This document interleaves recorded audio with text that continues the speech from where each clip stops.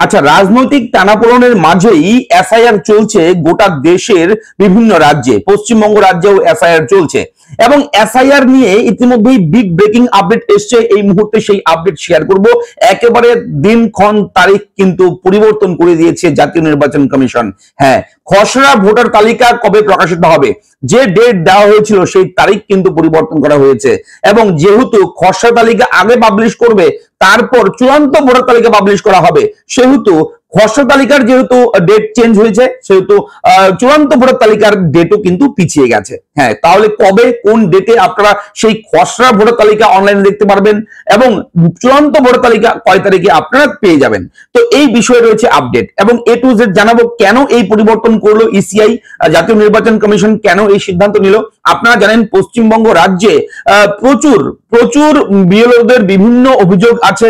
বিভিন্ন বিএলওরা কিন্তু অসুস্থ হয়ে হসপিটালে ভর্তি হয়ে গেছে এবং বহু বিএলওর মৃত্যু পর্যন্ত ঘটেছে এই এসআইআর এর জন্য, এমনই কিন্তু বিভিন্ন পত্র পত্রিকায় আমরা দেখছি এবং টিভির নিউজ চ্যানেলেও বিভিন্ন চ্যানেলেও দেখাচ্ছে এই আপডেট গুলো, যে প্রচুর বিএলও অসুস্থ হয়ে গেছে এবং কাজের এতটাই চাপ দেওয়া হচ্ছে ইসিআই এর পক্ষ থেকে বিএলওদের, যে বিএলওরা হিমশিম খাচ্ছে, অসুস্থ হয়ে যাচ্ছে, প্রেসার বেড়ে যাচ্ছে, একদম নাজেহাল অবস্থা বিএলওদের এবং সমস্ত দিক পর্যালোচনা করে ইসিআই কিন্তু অবশেষে বিএলওদের জন্য, হয়তো এটা বলা হচ্ছে ইসিআই বলেছে, তবে জানি না কতটুকু কি বিষয় রয়েছে, তবে এই ভিডিওতে আমি কভার করব, যতটুকু সম্ভব ইনফরমেশন কালেক্ট করেছি ততটুকু দেওয়ার চেষ্টা করব, আপনারা বুঝে নেবেন বিষয়গুলো, যে চূড়ান্ত ভোটার তালিকা এবং খসড়া ভোটার তালিকা কয় তারিখে পাবলিশ করা হবে তার দিনক্ষণ তারিখ কিন্তু বেঁধে দিয়েছে এবং অফিসিয়ালি ভাবে কিন্তু জানিয়ে দিয়েছে ইসিআই।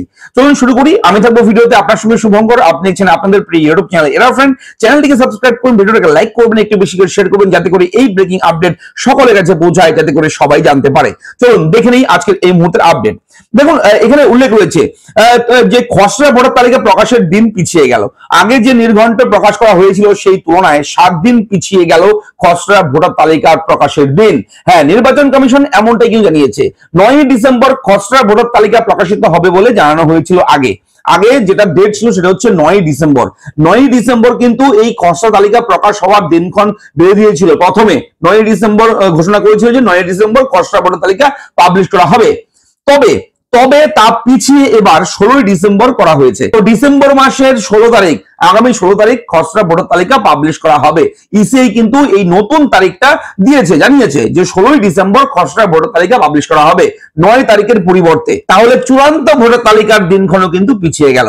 হ্যাঁ, চূড়ান্ত ভোটার তালিকা তাহলে কবে আমরা পাবো, কবে আমরা দেখবো, সেই তারিখ দিয়ে দিয়েছে ইসিআই, সেটা হচ্ছে 14ই ফেব্রুয়ারি। হ্যাঁ, আগামী মাসের 2026 সালের ফেব্রুয়ারির 14 তারিখে কিন্তু এই চূড়ান্ত ভোটার তালিকা কিন্তু প্রকাশ করবে ইসিআই। তো বলে রাখি, এই নিয়মটা কিন্তু শুধু পশ্চিমবঙ্গ রাজ্যের জন্য নয়, এই নিয়মটা যে সমস্ত রাজ্যে এসআইআর হচ্ছে এই মুহূর্তে, অর্থাৎ পশ্চিমবঙ্গ রাজ্য সহ অন্যান্য যে 12টি রাজ্য রয়েছে, সমস্ত রাজ্যের জন্যই এই নিয়ম, সবার জন্যই কিন্তু এই তারিখ পরিবর্তন করা হয়েছে। এটা ইসিআই কিন্তু বিজ্ঞপ্তির মাধ্যমে জানিয়েছে।